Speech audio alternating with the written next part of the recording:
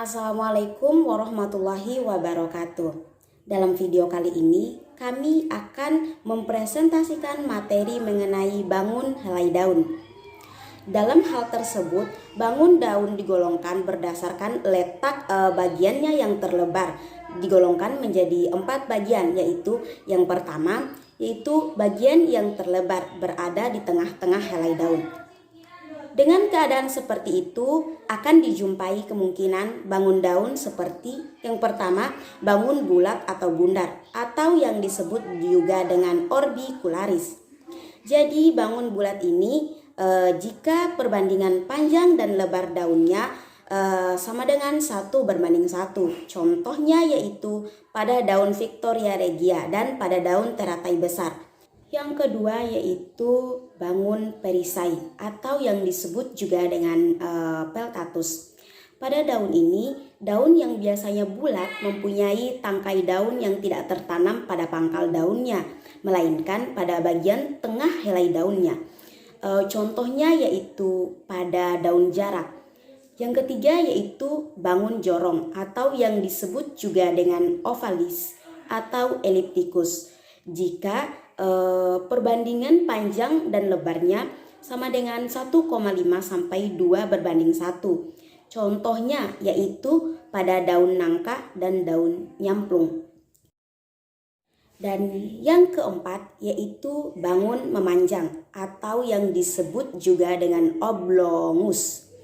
Jadi pada bangun daun memanjang ini yaitu jika perbandingan antara panjang dan lebar daunnya sama dengan 2,5 sampai 3:1. Contohnya yaitu pada daun serikaya atau yang disebut dengan Annona squamosal dan daun sirsat atau yang disebut dengan Annona muricata. Dan yang kelima yaitu bangun langset atau yang disebut juga dengan lanceolatus. Pada bangun ini jika perbandingan panjang dan lebar daunnya sama dengan 3-5:1. Contohnya yaitu daun bunga Kamboja dan daun oleander.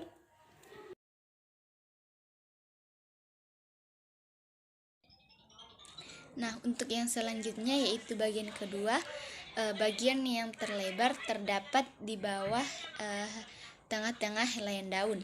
Nah, daun yang mempunyai bagian yang terlebar di bawah tengah-tengah helaian daunnya dapat dibedakan menjadi dua golongan, yaitu yang pertama, pangkal daun tidak bertoreh, dan yang kedua, pangkal daun bertoreh atau berlekuk.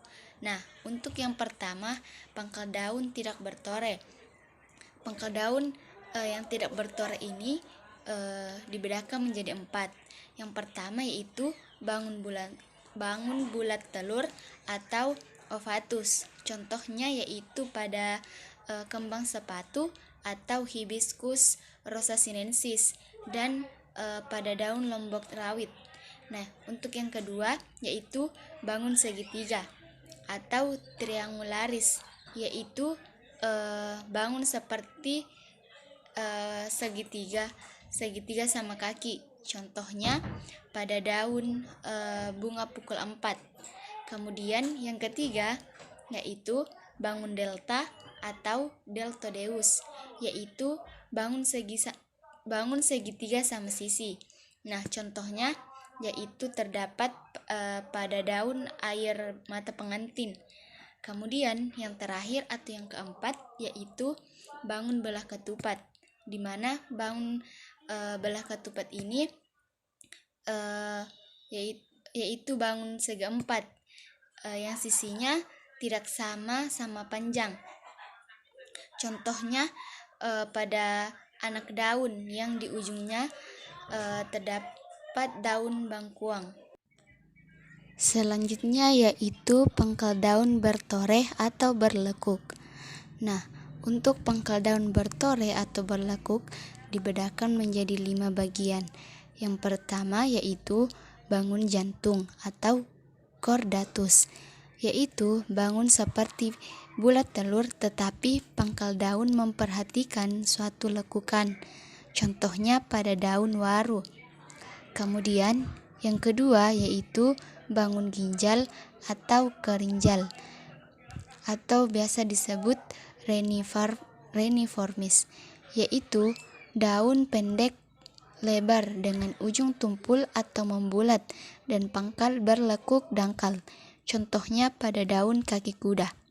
Selanjutnya yang ketiga bangun anak panah atau sagittatus, yaitu daun tak terlalu lebar, ujung tajam, pangkal dengan lekukan lancip. Demikian juga bagian lekukannya. Contohnya pada daun eceng. Kemudian yang keempat yaitu bangun tombak atau hastatus, yaitu seperti bangun anak panah tetapi pangkal daun di kanan dan kiri mendatar. Contohnya pada daun wewehan. Kemudian yang kelima yaitu bangun bertelinga atau auriculatus, yaitu seperti bangun tombak tetapi pangkal daun di kanan dan kiri tangkai membulat. Contohnya yaitu pada daun tempuyu. Assalamualaikum warahmatullahi wabarakatuh. Saya Indah Wardana Handayani dengan NIM 20500120022. Nah, pada pertemuan kali ini kita akan membahas tentang materi struktur tumbuhan tingkat tinggi, yaitu dengan judul Bangun Helaian Daun. Nah, saya akan melanjutkan penjelasan dari teman-teman ya untuk bangun daun ketiga. Untuk bagian yang ketiga itu ya adalah bagian yang terlebar terdapat di atas tengah-tengah helaian daun. Dalam hal yang demikian kemungkinan bangun daun yang dapat dijumpai yaitu misalnya yang pertama bangun bulat telur sungsang atau sering disebut dengan obovatus, yaitu seperti bulat telur tetapi bagian yang lebar terdapat dekat ujung daun. Contohnya itu pada daun sawo kecik atau Manilkara kauki. Kemudian untuk yang kedua ada bangun daun jantung sungsang. Nah, atau sering juga disebut dengan opcordatus. Contohnya itu terdapat pada daun sidaguri atau sering disebut dengan sida retusa. Kemudian juga pada daun semanggi gunung atau sering disebut dengan Oxalis corniculata. Kemudian untuk yang keempat ada bangun segitiga terbalik atau pasak, sering juga disebut dengan Cuneatus. Contohnya pada daun semanggi atau Marsilea crenata. Kemudian yang kelima ada bangun sudip atau spatel atau solet atau juga sering disebut dengan spatulatus, yaitu seperti bangun bulat telur terbalik tetapi bagian bawahnya memanjang. Untungnya itu terdapat pada daun tapak liman atau Elephantopus kabar. Kemudian terdapat juga pada daun lobak atau Drapanus sativus. Kemudian untuk bagian yang keempat ada bagian bangun helaian daun yang tidak ada bagian yang terlebar helaian daun dari pangkal sampai ujung sama lebar semua. Nah, dalam golongan ini termasuk daun-daun tumbuhan yang biasanya sempit atau lebarnya jauh berbeda jika dibandingkan dengan panjang daun. Yang pertama itu ada bangun garis atau sering disebut dengan linearis. Pada penampang melintangnya pipih dan daun amat panjang. Nah, untuk model ini kita sering melihatnya pada daun bermacam-macam rumput atau Gramineae.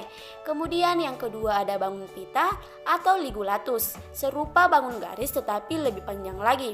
Nah, contohnya itu pada daun jagung atau Zea mays. Kemudian yang ketiga ada bangun pedang atau Ensiformis, seperti bangun garis tetapi daun tebal di bagian tengah dan tipis kedua tepinya. Nah, contohnya itu kita bisa lihat pada daun nenas seberang atau dengan nama latin Agapsisalana. Kemudian terdapat juga pada daun nenas atau Agavcantala crops. Kemudian yang kelima ada bangun paku atau dabus, sering juga disebut dengan sabulatus. Bentuk daun hampir seperti silinder, ujungnya runcing, seluruh bagian kaku. Contohnya kita bisa lihat pada daun Araucaria kuning hami. Nah, kemudian yang keenam ada bangun jarum atau Acerosus, serupa bangun paku tetapi lebih kecil dan meruncing panjang. Nah, bisa kita lihat contohnya itu pada daun pinus. Tentu saja teman-teman sering melihat daun pinus. Nah, atau kita juga sering menyebutnya dengan nama latin Pinus mercusi. Nah, Untuk lepas dari ada tidaknya sifat heterofili atau anisofili pada suatu jenis tumbuhan itu, sekali lagi diperingatkan di sini bahwa persamaan bentuk daun-daun pada satu jenis tumbuhan itu pun hanya merupakan kesan sepintas lalu saja. Karena jika diteliti dengan seksama, bentuk daun pada satu pohon akan memperlihatkan variasi. Misalnya dari yang memanjang dengan bentuk-bentuk peralihannya sampai bangun lancet dan lain-lain. Terima kasih. Wassalamualaikum warahmatullahi wabarakatuh.